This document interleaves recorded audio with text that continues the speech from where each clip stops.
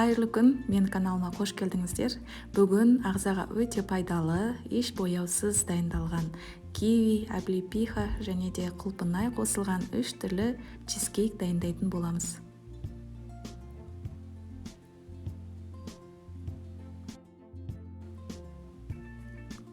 Ең алдымен қатырылған 200 грамм облепиха, оған 100 грамм қант қосып, баяу отқа қойып қоямыз.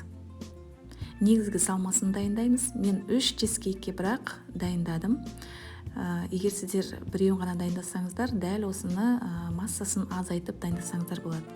Менде майсыз 300 грамм печенье жақсылап майдалап алдым. Және де бөлек блендерге жаңғақтарды майдаладым. Өз қалауларыңызша жаңғақ қоссаңыздар болады. Менде миндаль, грек жаңғағы және де асқабақтың дәні.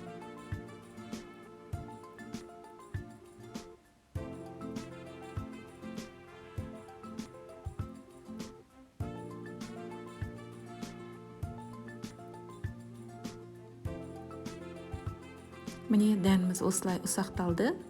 Оны печеньенің үстіне қосып,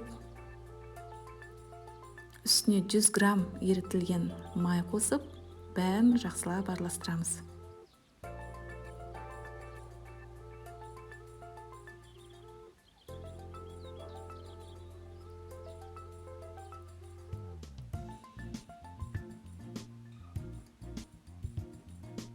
Міне формамызды пищевой пленкамен жақсылап айналдырып, тегіс ыдыстың үстіне қоясыздар. Кейін морозильникке сол астындағы тақтаймен бірге қоямыз. Негізгі қоспасын ең астына төсейміз. Яғни бұл жерде печенье мен жаңғақтар. Бәрін жақсылап тегістеп, тоңазтқышқа қойып қоямыз. Енді желатинімізді дайындап аламыз. 50 грамм суға 15 грамм желатин қосып, жақсылап араластырып қоямыз. Желатин менде халал.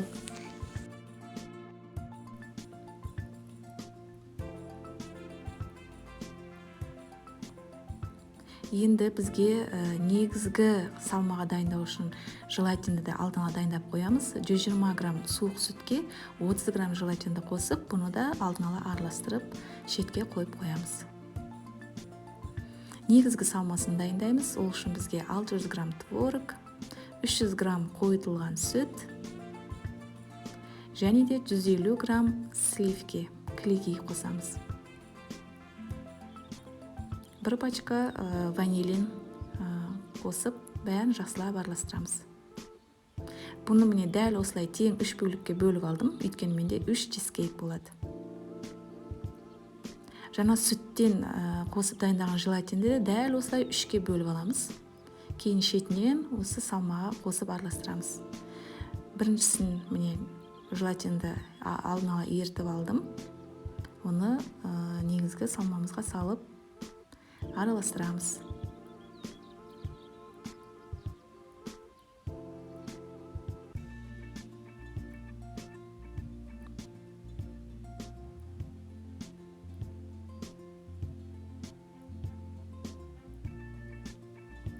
Енді морозильниктен қоспамызды алып, үстіне, яғни творогтан жасалған салмамызды саламыз. Бәрін тегістеп жақсылап жайып, бұны да морозильникке жарты сағатқа қойып аламыз.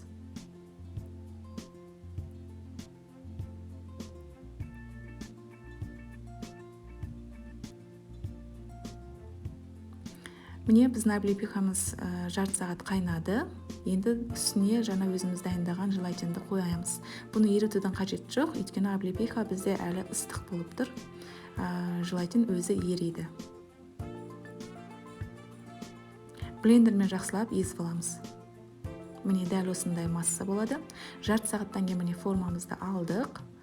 Салмамыз қатқан, үстіне облепиха қосылған массаны құямыз.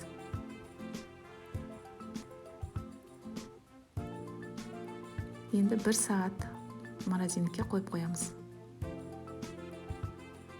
Міне 1 сағаттан кейін дайын болды. Жан-жағын пышақпен жақсылап тегістеп кесіп аламыз. Формамыздан ақырындап алып, бөлек ыдысқа салып аламыз.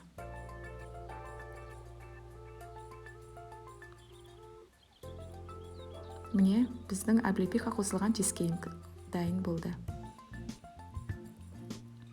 Енді келесі чизкейк дайындаймыз. Ол үшін яғни 50 грамм суға 15 грамм желатинді қосып, бұны дәл солай алдын ала дайындап шетке қойып қоямыз. Ыдысымызға 200 грамм қатырылған құлпынайды саламыз. Үстіне 100 грамм қант қосып, баяу отқа қойып қоямыз.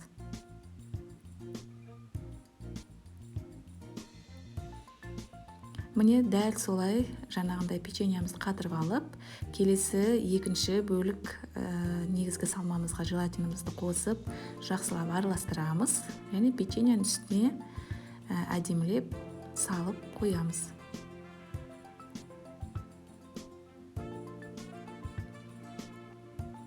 Жақсылап тегістеп, морозильникке жарты сағатқа салып аламыз.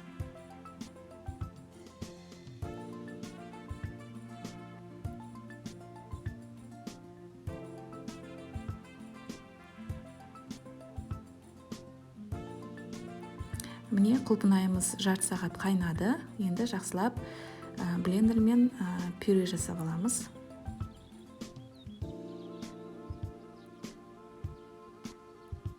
Үстіне жаңа өзіміз алдында дайындап қойған желатинімізді қосамыз. Бәрін жақсылап араластырып,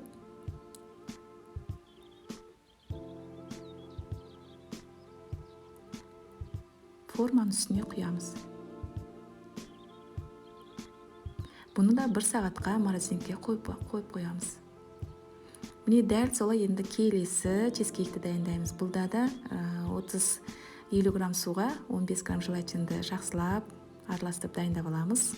5-6 дана киви қажет бізге. Оны жақсылап, ұсақтап, майдалап тұрып, ыдысымызға саламыз.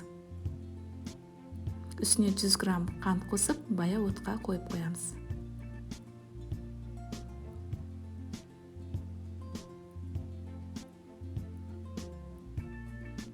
Міне кивиіміз дайын болды. Енді блендермен майдалап езіп аламыз.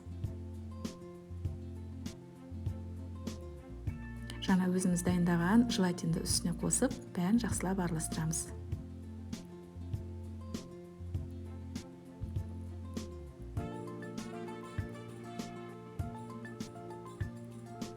Міне, енді үшінші чизкейк үстіне құямыз. 1 сағатқа морозильникке қойып аламыз. Міне ешқандай бояусыз, табиғи, духовканың қажет етпейтін біздің 3 түрлі салмамен дайындалған чизкейкіміз дайын болды. Міндетті түрде жасап көріңіздер, дәмі өте керемет. Ұнаса лайк басып, пікірлеріңізді қалдырсаңыздар болады. Көп рахмет.